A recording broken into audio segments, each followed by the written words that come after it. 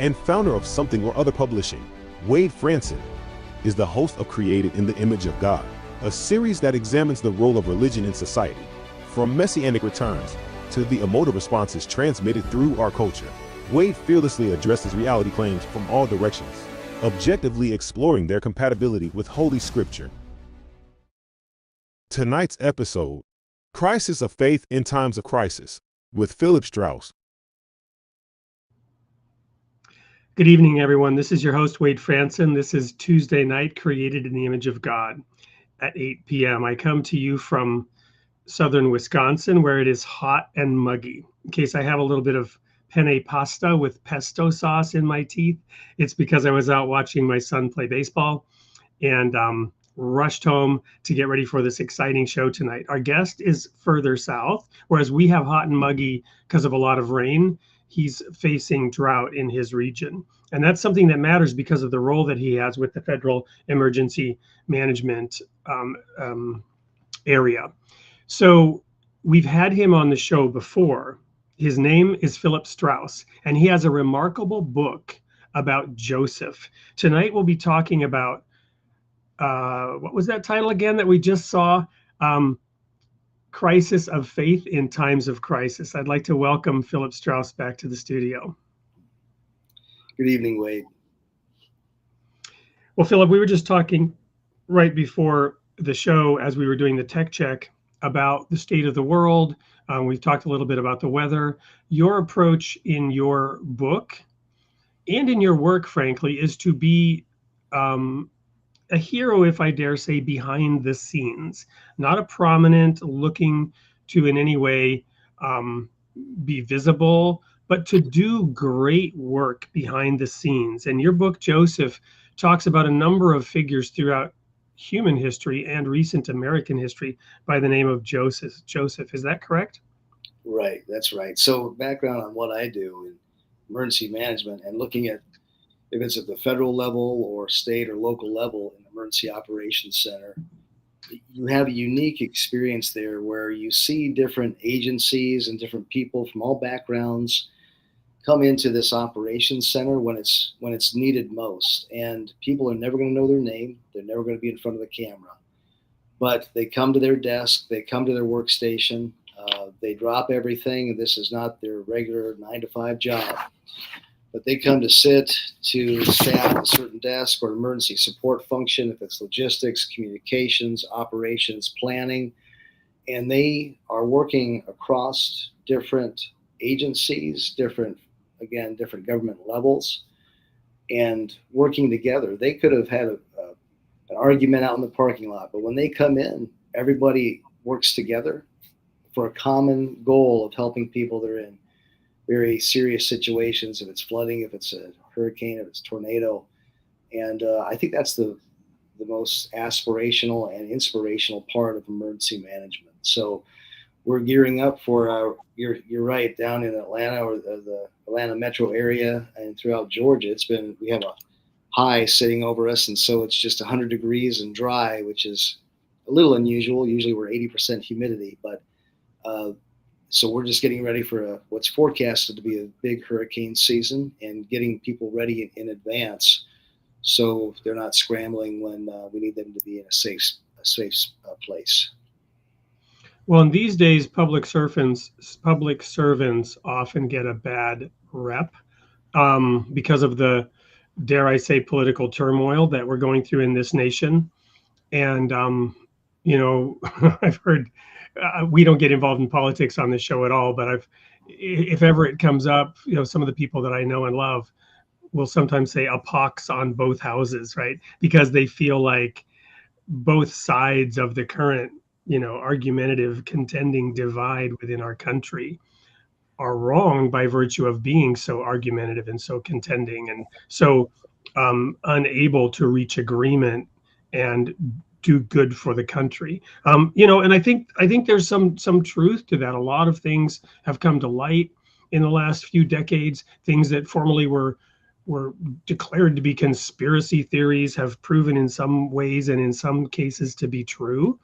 And yet you're working in an area of government where There probably are a lot of people who really do fit the description of public servant, civil servant. Is that accurate? That is, and as far as what I've seen, for the most part, there are a lot of people in government still today, just like it doesn't matter again if you're in local government, like a city or county government, to the state level, even federal, where people do this because they love helping other people, and that's what really drives them. You're not gonna get rich working as a county emergency manager, but well, rich in the money sense, but you're rich in other ways, and I think that's what really the involvement and feeling. I think it's that purpose-driven aspect again of helping other people, and that's so. With that background of public service and emergency management, when I again stumbled looking at the book, stumbled across this Joseph that I uncovered in the book of Acts and in the New Testament of the Bible, and then finding these other Josephs throughout history. And again, it goes to the fact of working behind the scenes. You're not posturing. You're not doing this to put yourself out in front. And it really goes along with the emergency management aspect of you're doing this for the benefit of others. You're not doing this really for the benefit of yourself. But when you do that, benefit comes back to you in a better society, in a more fulfilled life. And I think that's what part of really resonated with the book as I wrote it. And it took 7 years to write it. And it was not writing a book. It was more of walking a journey. And we're gonna take a look at a trailer of that book in a minute and make sure that our audience knows they can have an opportunity to get a copy of that by contributing in the chat. But one of the most famous Josephs of the Bible is Joseph, who was sold into slavery and ended up in Egypt, right? And wasn't he instrumental in assisting with a large national emergency in the nation of Egypt? Yes, he was involved in really a 14-year emergency, and you have different phases. Let's unpack that quickly for the audience who may or may not know what we're talking about. Yeah, so Joseph was one of the 12 sons of Jacob, one of the patriarchs, who was, of course, son of Isaac, who was the son of Abraham, and he, of course, Joseph was one of Jacob's favored sons. It was this, because he was Rachel's firstborn and was given the coat of many colors. The brothers had jealousy, sold him to the Ishmaelites, who took him down to Egypt, and it was a testing process for Joseph.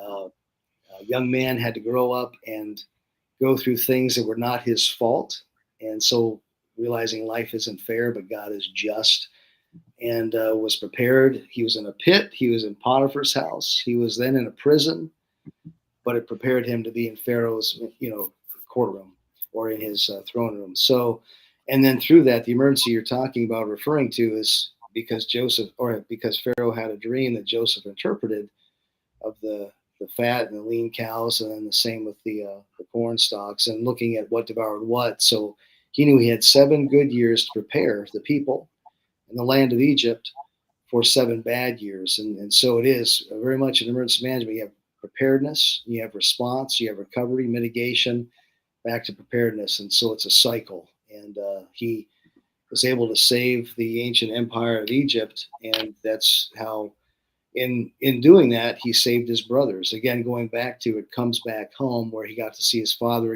again, and 70 of Jacob and the other the brothers and their wives and children came down to the land of Goshen and ultimately he brought Jacob to Egypt, or his I'm trying to remember if Jacob actually made it there or if they just brought him.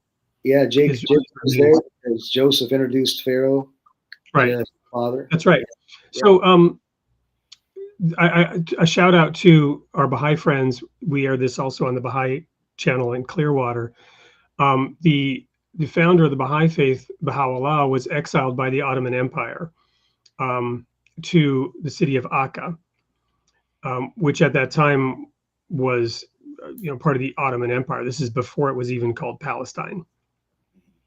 And later it was taken over by the British, and later then it became the state of Israel, Akka being in the state of Israel today.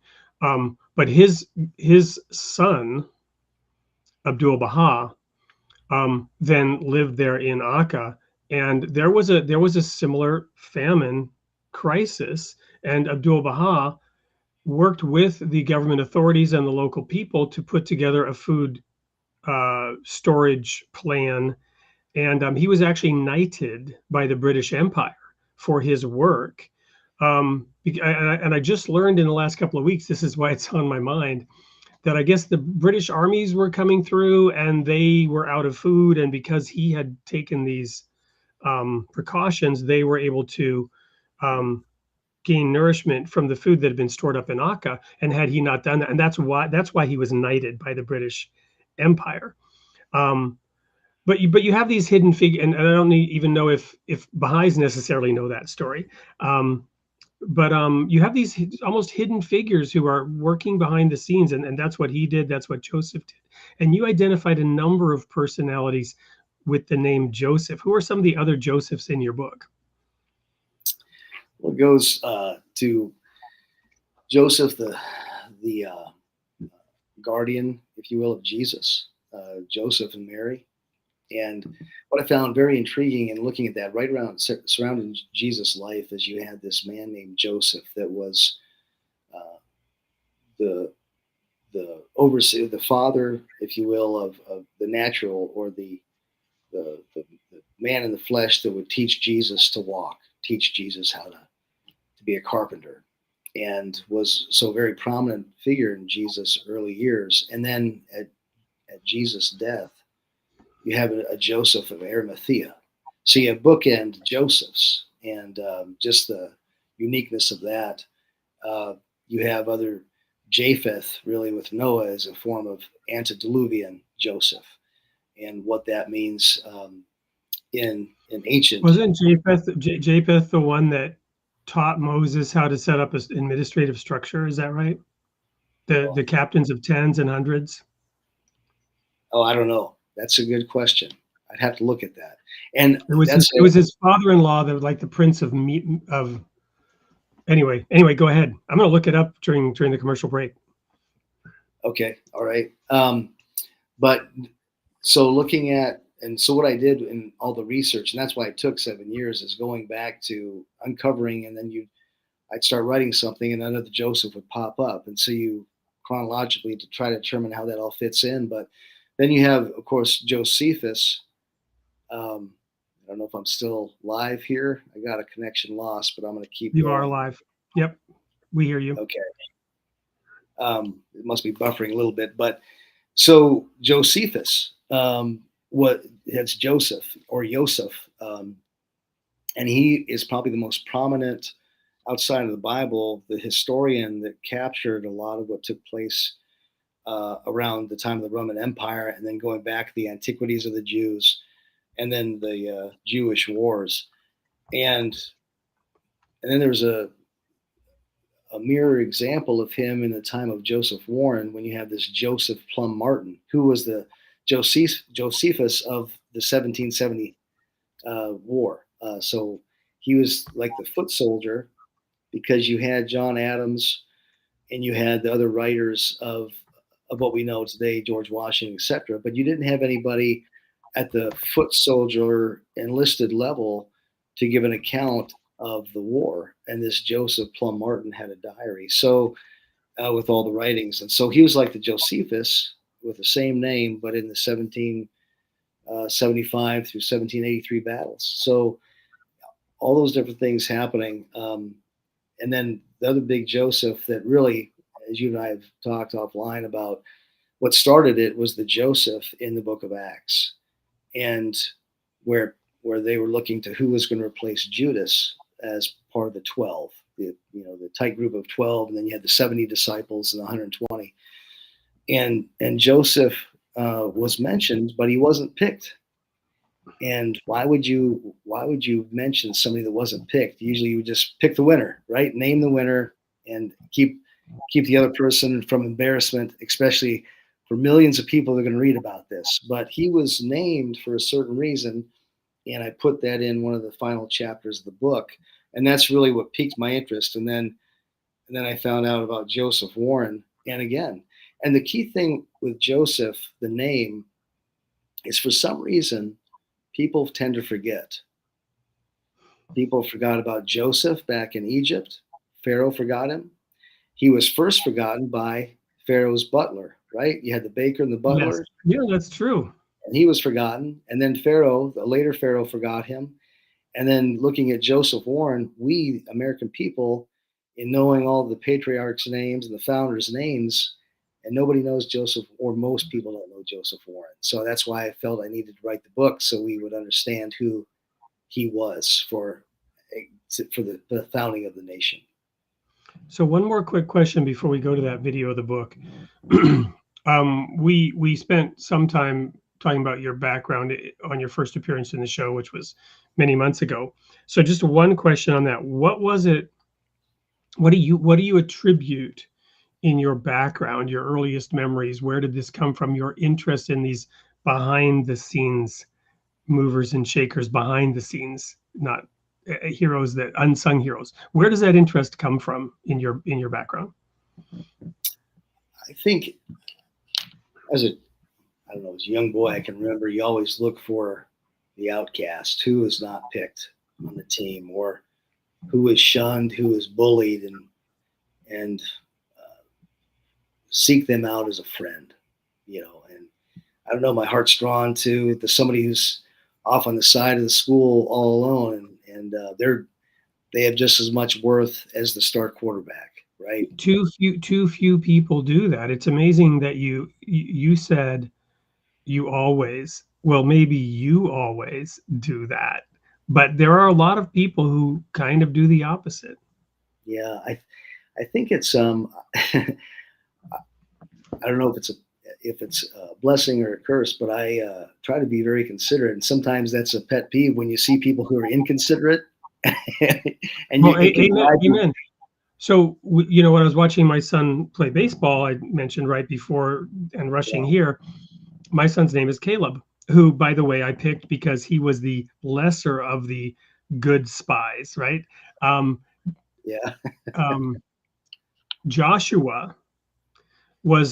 Joshua and Caleb were the two spies among the 12 that brought back a good report.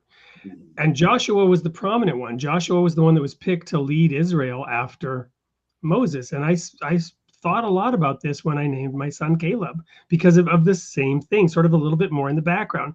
A solid, good guy stood up for God, but you don't read about Caleb after Joshua comes in the picture. There are a couple of little things, but anyway. So my son's name is Caleb, and one of the pitchers on the other team they were playing was also named Caleb. But that Caleb had an arm that was not fully formed. And so that Caleb was throwing pitches with his right hand, and then immediately,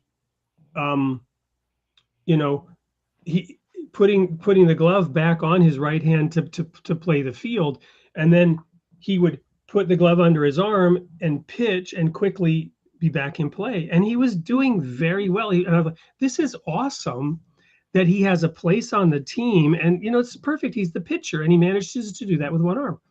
But then when they came in to bat, lo and behold, he's up batting. And he had the ability to hold the bat and use one arm and steady it with his other. And he hit, and he got a base hit. And now he was running, but one of his legs was also not perfectly developed. So his run was not, but he got on base. I think he stole a base, and eventually he ran home and scored for the team. Mm-hmm. And as you're sort of rooting for one team, when he was up to bat, I was rooting for the other team. Mm-hmm. I really wanted to see the other Caleb, not my Caleb, get on base. Yeah. So I have that same affinity, but I've seen many times people who have, for some reason, they're insensitive in that way, and they're not, really looking out for those who are disadvantaged in some way. I think, Wade, what it is you try to put yourself in that person's shoes, and okay, that's me. How would I want to be treated? And then you empathize. And that Well, and I empathy. know as a kid, I wouldn't even have been there. I feel like I wouldn't have even had the courage. You know what I mean? So I'm Yeah, also applauding his courage and his example that he's setting for anyone else, because he's guaranteed he's working harder than anyone else.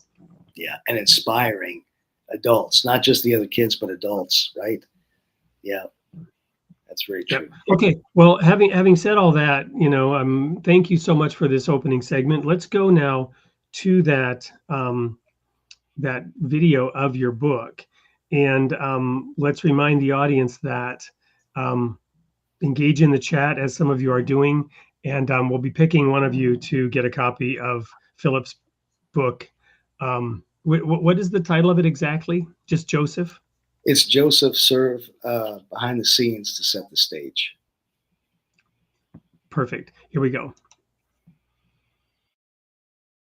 Of time, where the footprints of history are etched by almost invisible figures, one name echoes through the ages. Dr. Joseph Warren. Philip Strouse invites you on a journey through the trails of time, exploring the critical role this physician played in Boston and beyond. From antiquity to the birth of the United States, these often overlooked agents propelled generations into unimaginable realms. This biography not only highlights several Josephs but focuses on Warren, perhaps the most enigmatic of them all. What he did, and what he didn't do, continues to resonate globally. Join the author as he reveals how Warren chose to serve others, creating a legacy that transcends time. Discover the enigma, explore the past. Joseph, serve behind the scenes to set the stage, by Philip Strouse. Available at Amazon.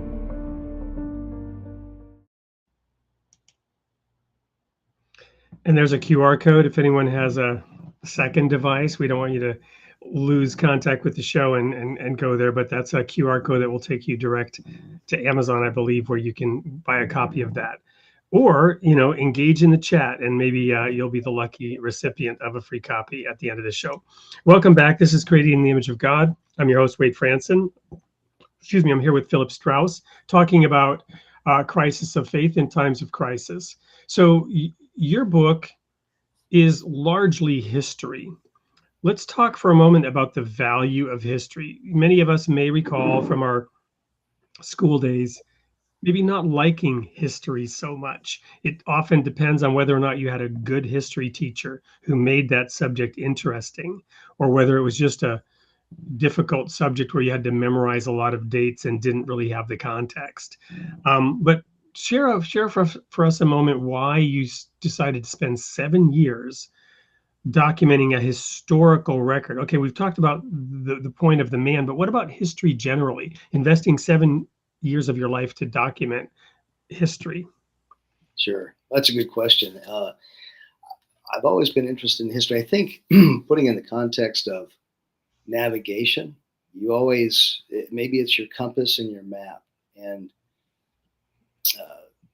when you're hiking or when you're trying to triangulate where you are on a plane or on the Earth's surface, you don't know really where you are. You might have an idea based on a few landmarks, but unless you really have some retrospect and knowing the situation, you're kind of floating, and you're just gonna. And most people, history repeats itself, right? Unless you learn lessons of it. I think you can walk in circles without a compass and just thinking you're going straight. But I hate to, if I learn a lesson, I don't want to repeat that mistake, right? So, and if I can do things smarter based on what's happened in history and to see where things went right and wrong, and then especially studying, let's say, the Old Testament, the New Testament, you look at what pleased God, what was good, what was not good, and you don't find that just in human nature, but you have to find it in some more absolute. And I think history, when you look at it, as long as you're looking at all the history, and I think that's where Joseph Warren, he was not popping up, and I spent a lot of time looking. I didn't know anything about him, so I couldn't write about him unless I did research in a lot of those biographies. But I think it's intriguing, Wade, when you you can find your part in history right now by looking at what has taken place. You can be inspired by things that have been done in with Aristotle and Plato and the history of the Greeks, the Athenians, and it just gives you that much richer of an existence. And I think that's really what drives me. I was never, I mean, I can appreciate math, I appreciate science, but I was more into the fuzzies. I was more into the history, the writing aspect, and so it was a 7 years, but it didn't seem. Oh, it was like Jacob and Rachel. It was not a very long 7 years because I was in love with them, right? And Well, so I love all your biblical references, and clearly you know that biblical record. So I want to emphasize one of the foundational approaches that I take on this show is, as it says in the intro, to look at everything in the light of the Word of God. And again, a shout out to my Baha'i friends. I am a Baha'i, and that same person, Abdul Baha, wrote that it is the religious duty of every Baha'i to know the Old and the New Testament. And he wrote elsewhere that you must know the Old and to know and understand it. And he wrote elsewhere that you must know both of these as the Word of God. So that's for me foundational. And of course, the spiritual principles, the spiritual teachings are the most important. But too often I hear people dismiss the history in the Bible as myth. And I know because I went to the city of David many years ago in Israel, in conjunction with Hebrew University when I was my undergrad degree, and I was studying theology and I studied biblical archaeology. And I know at that time, BAR, the Biblical Archaeology Review, was one of the magazines that we had to read to be up to speed on the latest developments in biblical archaeology, because the City of David Archaeological Expedition was one of the most prestigious biblical archaeology projects in the history of the world. And so I was shocked by how in Biblical Archaeology Review, the archaeologist who made a case against the Bible would be the celebrated archaeologist. He was the one who would make a name for himself. When he showed how the Bible was wrong based on archaeology, he was celebrated. When 5, 10, 15 years later, as would inevitably happen, in my opinion, the Bible was proven right. Nobody cared. Nobody looked at it. He had made his reputation. He wasn't discredited. And whoever did the research that proved the Bible right was not a celebrated archaeologist. You follow me? And this was always kind of shocking to me. And so I love that you emphasize understanding the Bible from a macro history perspective, because the Bible gives us God's view on human events. And the conclusions that we derive from the spiritual teachings of the holy writings is often different from that which is current among men in terms of the current state of science, right? Science is a practice, it's not a destination. Right. Science is based on research and discovery, and yes, conclusions along the way, which are often overturned. We no longer use leeches for bloodletting. We're learning a lot of things about what is and what is not a vaccine these days. And again, in terms of things that are discovered and then swept under the carpet because they contradict accepted teachings, that have been accepted by experts. Taking a step back and looking at things through the lens of revealed holy writings, which I believe they are revealed, gives one a very important perspective on life, in my opinion. And so knowing that history and the stories, and whether or not even some of them are factually true in every detail, or whether they're summarized for their moral lesson, is not even the point. No, well, but I find more and more the deeper you dig, they are in fact factual in every detail as well. And I could give example after example, which I won't do here. because I'm Sure. talking too much and this is your show. So No, I'll let you respond to all that. that's good. But I think right. Even technology and science, the more advanced we get, the more we see that the Bible doesn't have to defend itself. It just exists, and what it stated thousands of years ago, we're finding out. Oh, that really right. It comes back to prove itself, and it doesn't have to. It just does. The telescopes and the web, and all the different things that are out there finding new things. We realize the more we learn, the more we realize there's a lot we don't know. And so, right, it's observation, it's discovery, it's finding things out. But when you let the Bible sit there and percolate with the new findings, it has never been proven false. So if Joseph Warren were here today and he were a strategic advisor to leaders in the nation the way he was when he was there, what are some of the things based on your research he might be telling us today? And do you cover some of that in your book? The implications for today. Yeah, he wasn't too much of a talker. He was more of a, and maybe that's what we need. He's more of a doer. Because so you had John Hancock, who was the president of the provincial Congress for Massachusetts. Of course, you didn't have a federal government, you didn't have a central government besides British rule, the crown, and British governors.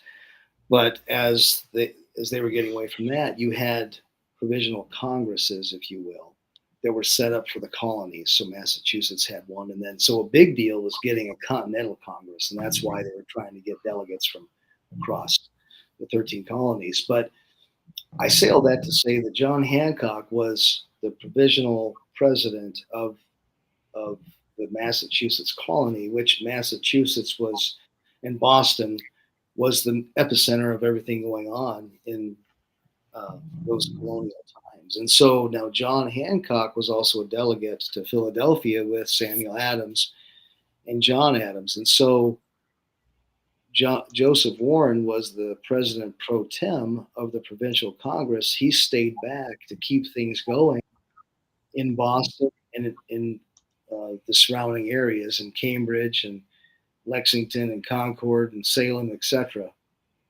And so he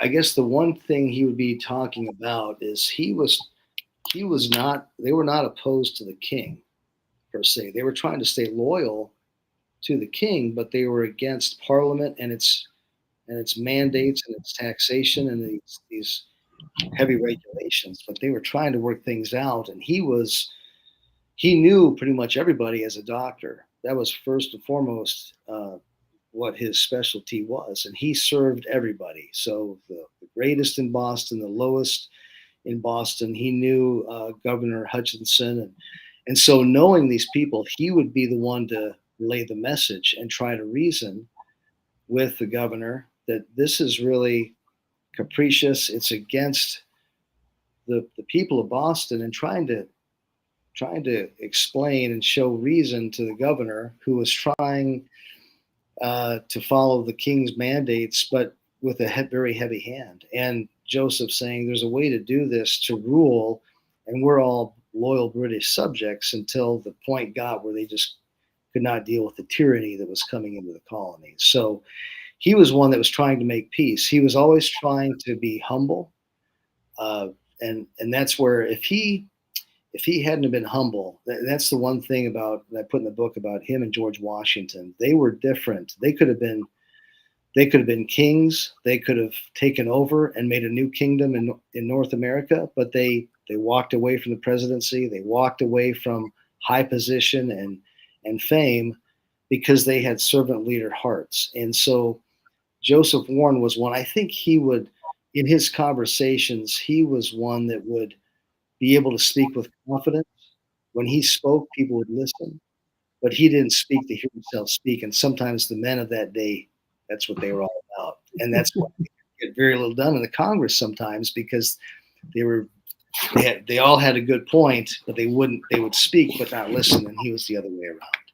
I think he would want presidents and governors and kings to listen more and have the wisdom of Solomon than speak and rule with a heavy fist. Thank you for sharing that perspective. And speaking of humility, I was wrong about Japheth. I sent this in the chat a little while ago. Jethro was the father-in-law of Moses. Yes. That I was talking about. So, yes, your show host makes mistakes, but I do try. Also, I wanted to highlight another Joseph. We're going to go to a commercial break now, and somebody we've had on the show a couple of times, Joseph Atman, is one of our sponsors, and we're just going to do a little plug for him and the work that he's doing in a variety of states in the field of education. And when we come back, we'll talk a little bit more about what your thoughts are on education of our young people and the role of history and the writing of your book. Don't go anywhere. We'll be right back with more of Philip Strouse after this commercial break.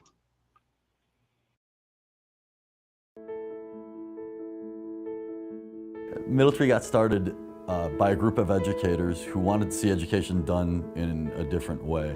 Socioeconomic status is the primary factor in whether a person is admitted to college at present. And we think that that is simply, well, unfair. And so our mission is to work against that by allowing people from less privileged backgrounds access to the tools that people from more privileged backgrounds are able to have. The programs that we offer here are tutoring, college counseling, ACT and SAT test prep, and our summer seed program. The tutoring program is unlike any other on the planet that I'm aware of, in that we allow students to be here on a membership basis. Students can come as often as they'd like to without an appointment, and they can be here for as long as they want to. I really like helping kids understand things that they have been told that they're not good at. In 6th grade, that's when I noticed like my grades started to go up, especially in math. That's usually where I need my help. I prefer to be able to just have fun with the kids in a way that inspires them to want to learn more and to have fun while they're learning. The way they do it here, they just have that vibe, if they make it fun. We don't have a system here, we don't have a workbook, we don't have an actual program. We have individual students, and we approach each and every individual student as individuals. I love to go finish my homework so I can go home, chill, and just play video games or something like that. What Middle Tree did for me was it gave me back my time after dinner or before dinner to do things with my son that let me be mom. It gave me back my mom time. I came here and I finished the year with a B in math, which came up from an F, which I totally think is because of this place. I had A's and B's completely. We really want to make sure that we're reaching people on their levels. If you don't understand something, they will help you until you feel comfortable with it. I like to empower my students to use their voices. They want you to ask questions, and they want you to learn better than you ever did before.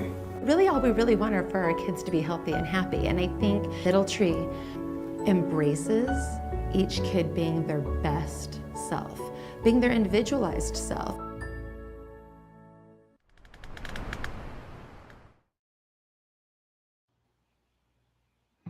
And there's a QR code that you can look at to learn more about it. They are in California, they are in Arizona. They have state contracts to support people in the public educational system, and I think several other states, and they're growing and expanding. So shout out to Joseph Atman, who's a fan of the show, who's been on the show, whom we'll probably have back again, and the work that he's doing. Another Joseph that I thought we would spotlight tonight. Very good. So, so what are your thoughts on education, Philip, and the contribution that your book and history and these stories is making, and how is that, shaping? What can you say about that? Yeah, I think solid education is key to a moral people, right? And you really can't have self-government if you're not morally grounded and have a sense of learning and truth. And I went to a small Christian school that my mother and father didn't have a lot of money, but that was their priority, is to make sure we were grounded and learned math, science, English, foreign language, electives, sports, and we did without on other things because they saw that as the most important thing. And from there, I just had an innate drive to learn more because you can appreciate that when that's instilled in you. And I think even across college campuses today, that either some students are not learning, or they desire not to. They think they have enough knowledge that they're the experts already. And in my 50 years of being on this earth, I know that I can see it in the chat that the more I know, the more I learn, the more I realize there's more to. It's like a sponge. There's more to soak in as you grow. But again, looking at history, sometimes the history books are altered, or a lot in today's curriculum is could be lacking, I guess, and it depends on what we're putting in front of our students from kindergarten through 12th grade into your associates, bachelor's, master's degrees, and what's the agenda? Are you looking at all the facts, or are you looking at certain facts to fit your narrative? And I think that can be concerning, and that's where, when I spent 7 years on this book, I didn't have anything formed in my mind of who this Joseph Warren should be. It was more of a discovery. And then I learned from that. And then my thing of the book is just sharing that and let people dig into it. For 7 years, it's a very small book because it's more of, and I think, and I've been reading through the various chat, but Dave and Carrie have a key thing. Well, that's what they put in there. History is the key. It's the key to unlocking. Some people are limited; they have walls around them, but really there are doors in people's lives, and history is the key to expound into kind of greater dimension of understanding. And I think that's the big thing. Is I have two sons. My older son's name is Caleb as well. So my thing is, I can't. Yeah, I could give. Well, I couldn't, but if I could give them $1 million, but they didn't have any learning, boy, they would just destroy themselves. But if I can give them knowledge, then $1 million will chase after them.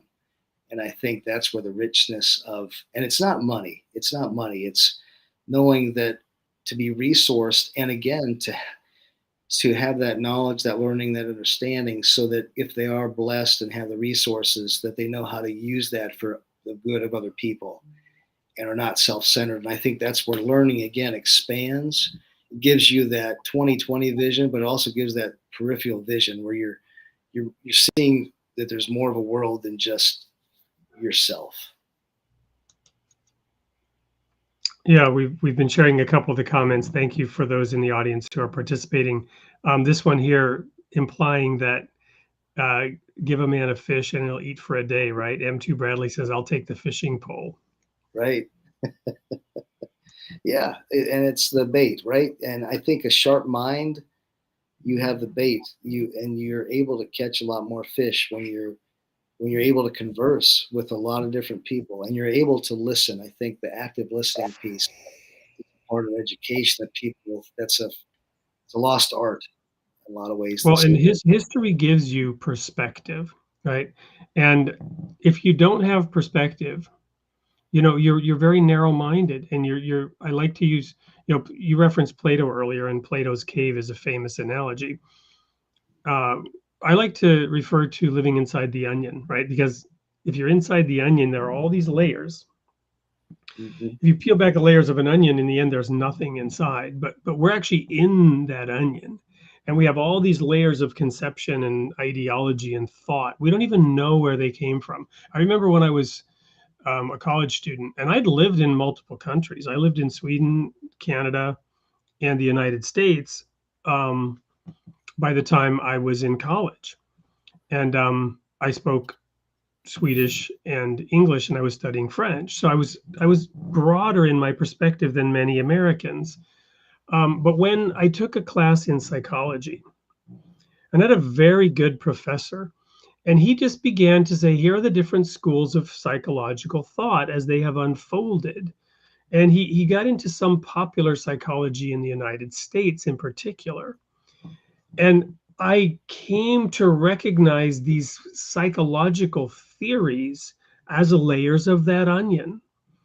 And I had adopted the philosophy, the ideology behind some of these psychological thinkers that had, really formed the basis of my childhood babysitter, which is, for example, TV and shows and movies and advertising. And these messages had wormed their way into my head before I was even able to consciously understand what it was I was being taught. And even things I'd learned in school. Where were these things coming from? Where were these ideas coming from? And it was that psychology class that really began to help me peel off some of these layers of the onion. And history can do that for us. If you haven't had the opportunity to really travel the world or live in different countries or learn different languages and thereby understand a different perspective, then history can help provide you with that if you dig into it. I think, as you were saying that, Wade, I enjoy history because if I had the knowledge that I have now when I was 15 or 16 years old, wouldn't that be a wonderful life? Well, And now I'm so, remembering a phrase from my French class. It goes, si jeunesse savait, si vieillesse pouvait, which means if youth only knew, if age only could. so so I so the more I study history, or the more I read, and it's trying to gain the experience of others, other writers, other perspectives, and almost like you're living ahead of your life, by taking those other perspectives, because then you've like lived 200 years, right? And you have that perspective. And so that's what drives me. I don't want to live a life of regret. And being imperfect, you can often do that for the day. But oh, if I could have Well, done that different. yeah, and so what many don't know about Middletree and Joseph Atman's work, he has a degree, he's a PhD in the philosophy of religion. And the middle tree in his company name is actually the tree in the midst of the Garden of Eden, the knowledge of good and evil. And this is, of course, a symbol of sin. However, Paul, the apostle, updates that metaphor by saying strong. He's talking to the Corinthian church that had all these problems, and he says, you're babes. You have need of somebody teaching you the basic principles of faith again. You're in need of milk when you should be eating meat. He says strong meat belongs to those who by reason of use have exercised their senses to discern good and evil. In other words, it was always God's intent, in a way. I don't speak for God, but it seems like God always knew Adam and Eve would eat of the fruit of the tree of the knowledge of good and evil.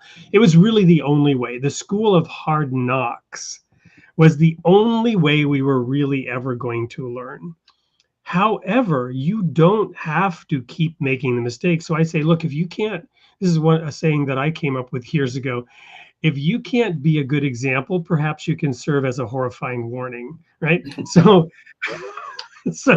imagine if you avoid a few mistakes, what you can accomplish later in life if, with God's help and God's mercy, He enables you to avoid a few mistakes. So you go to God and ask for help, and He will give you tests and trials for you to learn the lessons. He doesn't give you a blue pill or a red pill. He doesn't hardwire, your brain and download information into you. By reason of use, He will help us use our senses to discern good and evil with His guidance, with His support. Ask and you shall find, knock and it shall be opened, right? Seek and you shall find. But you have to diligently pursue that. Amen to that. Yeah.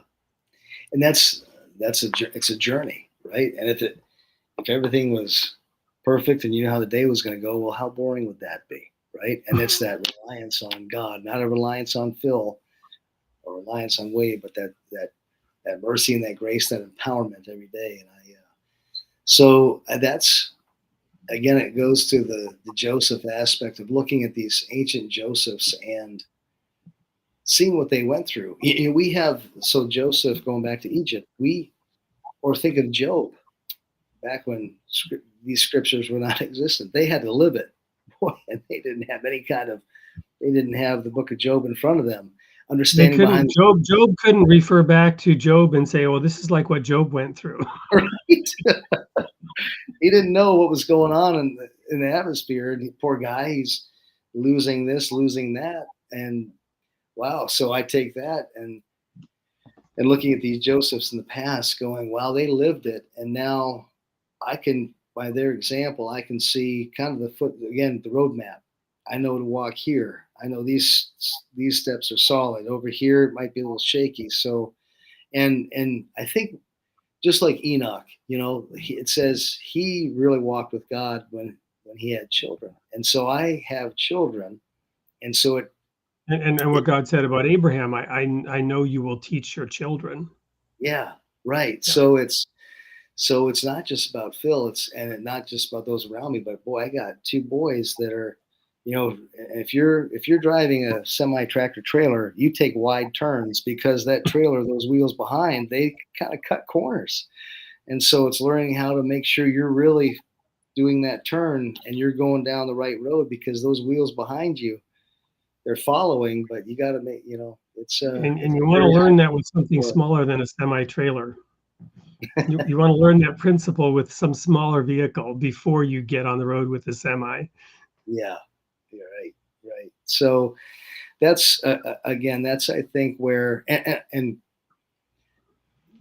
writing a book, I've always wanted to do it, but when I'm long gone, this book is going to still be here, and hopefully it speaks to generations behind me. My sons can take it, grandchildren, great grandchildren, and hopefully they'll put footnotes in what they've learned in each chapter from their lives, and it'll grow and go from there. But so that's kind of why I did it. Again, it's just I stumbled across it, and Joseph Warren kind of uniquely and ironically pops out of there when I wasn't even searching for him. I was searching for something back in the Book of Acts, and then this Joseph Warren comes across my trail, or I come across his. Well, there's that QR code again. We'll leave it up there for a while for people who are watching and or following this later when we post it across all of our channels so that people know where to get the book. However, we also want to talk about the chat in the audience. Let me first just quickly answer this question. Yes, this is the Baha'i Clearwater channel. If you're watching on that, it's also the Something Other Publishing YouTube channel. We also stream this on LinkedIn. There are a lot of different channels where we're streaming this show tonight, and hope you're all enjoying listening in. So we want to go back you've been looking through some of the chat. Are there any of the chat that you feel particularly drawn to that you want to highlight and talk about, answer any questions? Yeah, I mentioned, Dave and Carrie about history is the key. And I saw somebody about, I think it was, let me see, going back to all the chats here, figure 8. So is anyone else getting an Air Force Vibe? Probably from the P-51 behind me. Of course, that would be Army Air Corps because that was pre-Air Force in World War II. But yeah, I was in the Air Force, private pilot. I didn't fly fighters or anything like that, but and that goes, I think, back to the checklist navigation. It's all about attitude. What's your attitude indicator? Keep your nose above the horizon. But so I appreciate what Figure 8 had to say. And just a lot of good chats throughout. I like this one too that I saw. It's amazing how agendas can disguise the truth when careers are at risk. You were talking about Joseph Warren and what was going on around him at that time.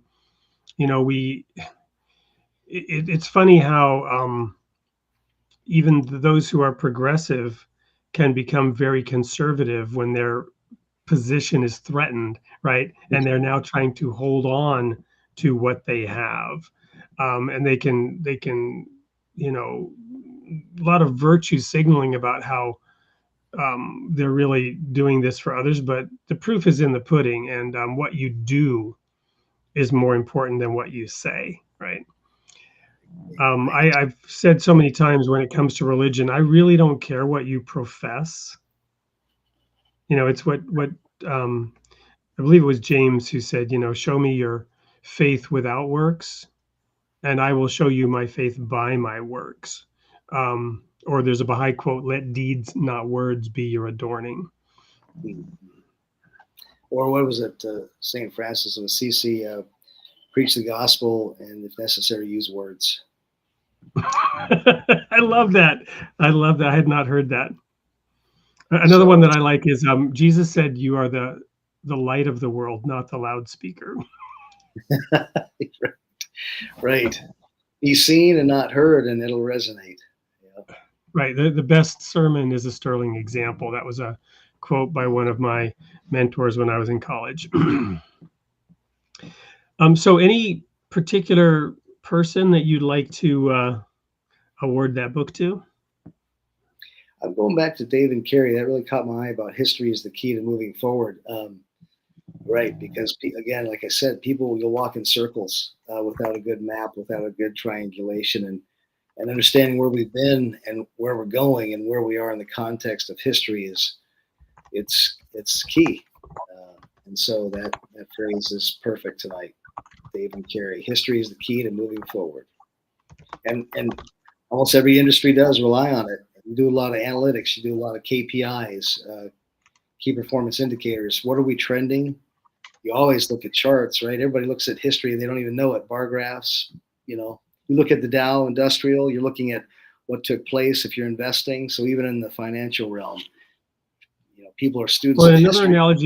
Another analogy I like to use, which applies, you know, to the markets, to investing, to any aspect of life.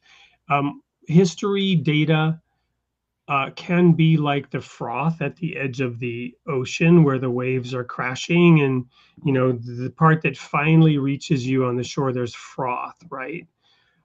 That's often what we see, but you know, when we understand the swells that are forming in the ocean, those are like the big major trends, right? And we're not getting confused by the froth at the edge of the ocean, which we tend to do in our hyper attentive data, social media, information, and distraction oriented world, right? I read a study on how over the last 15 years, the news cycles have been created in which you're constantly distracted by the latest, you know, news flash, the latest crisis, the latest shocking revelation, such that you're not ever going back and reflecting on last week's, last month's, last year's shocking revelation, which is proven to have been fake news, completely false, lies, whatever.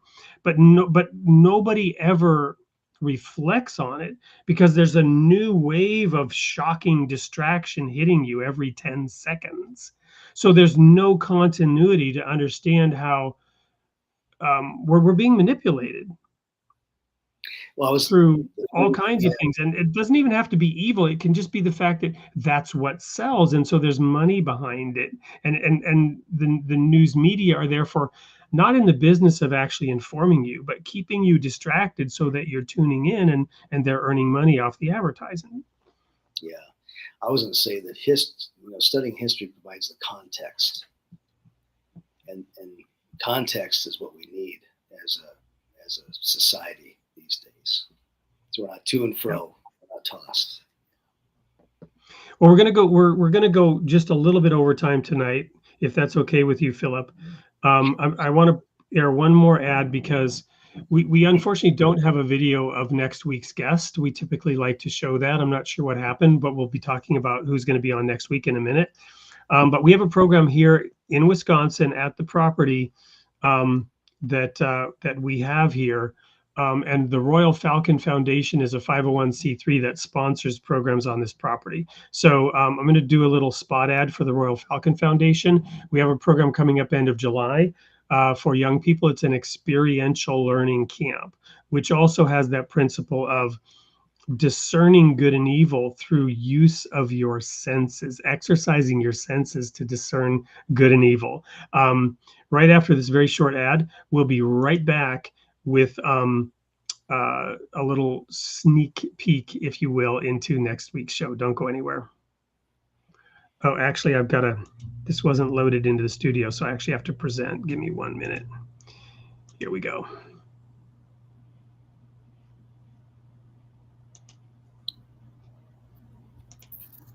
Welcome to the Royal Falcon Foundation. Our curriculum and activities inspire and train adolescents through hands-on experiences, fostering growth and empowerment. Through immersive and challenging experiences, we shape young minds to think independently and develop their leadership skills. Our programs foster new friendships and unity, shaping young leaders to tackle real-world challenges with confidence. We believe in equipping the next generation with the skills to become leaders of tomorrow. Join us at the Royal Falcon Foundation and be part of a journey that empowers, unites, and inspires. Visit our website and embrace a world of possibilities today. RoyalFalconFoundation.com.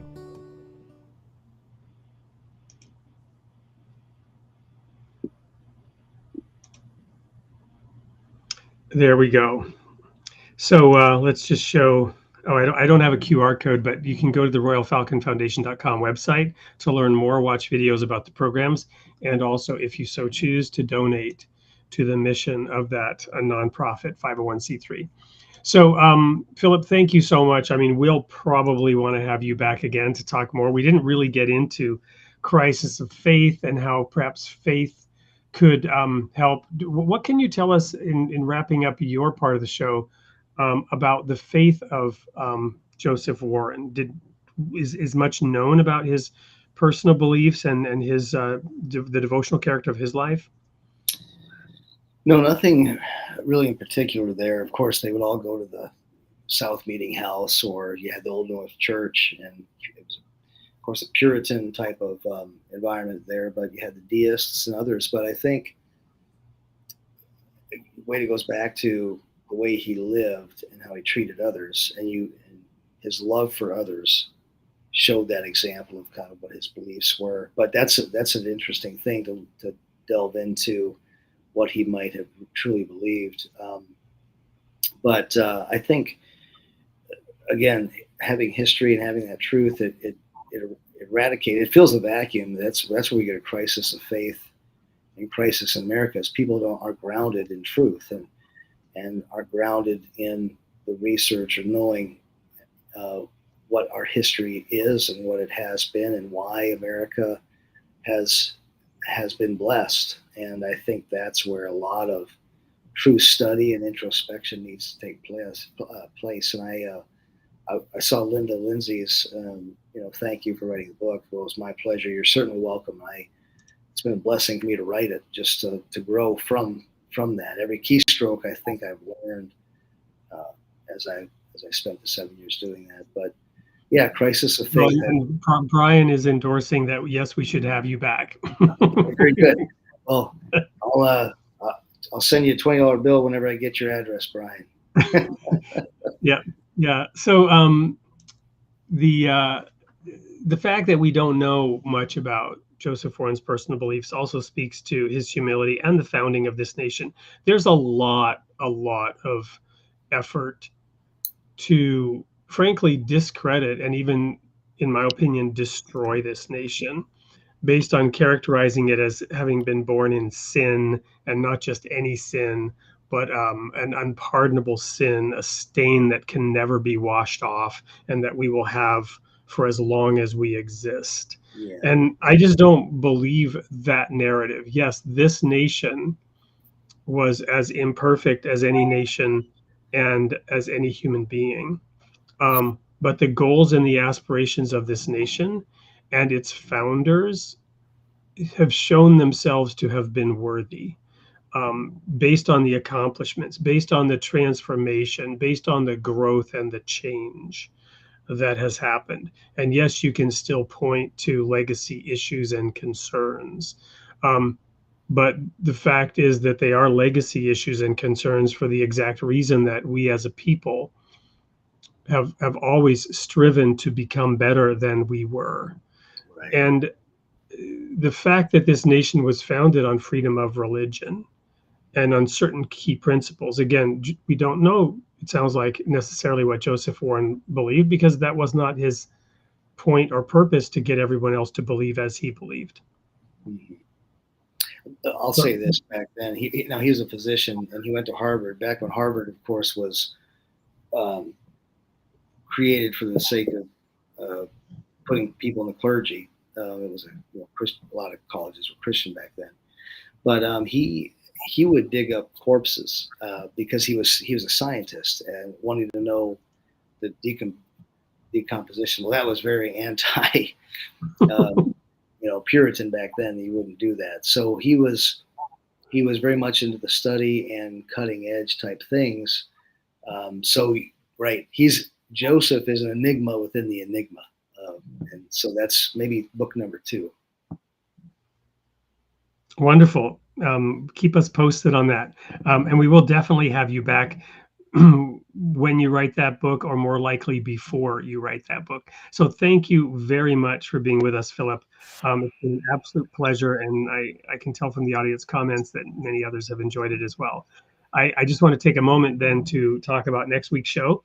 Next week, we will be airing a show that is From Vision to Global Movement, a sneak peek.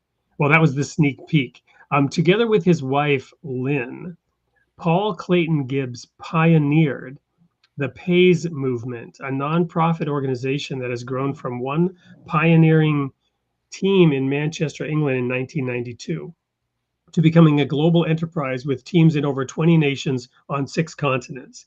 PAYS equips local churches to advance the kingdom of God with new concepts, tools, and templates.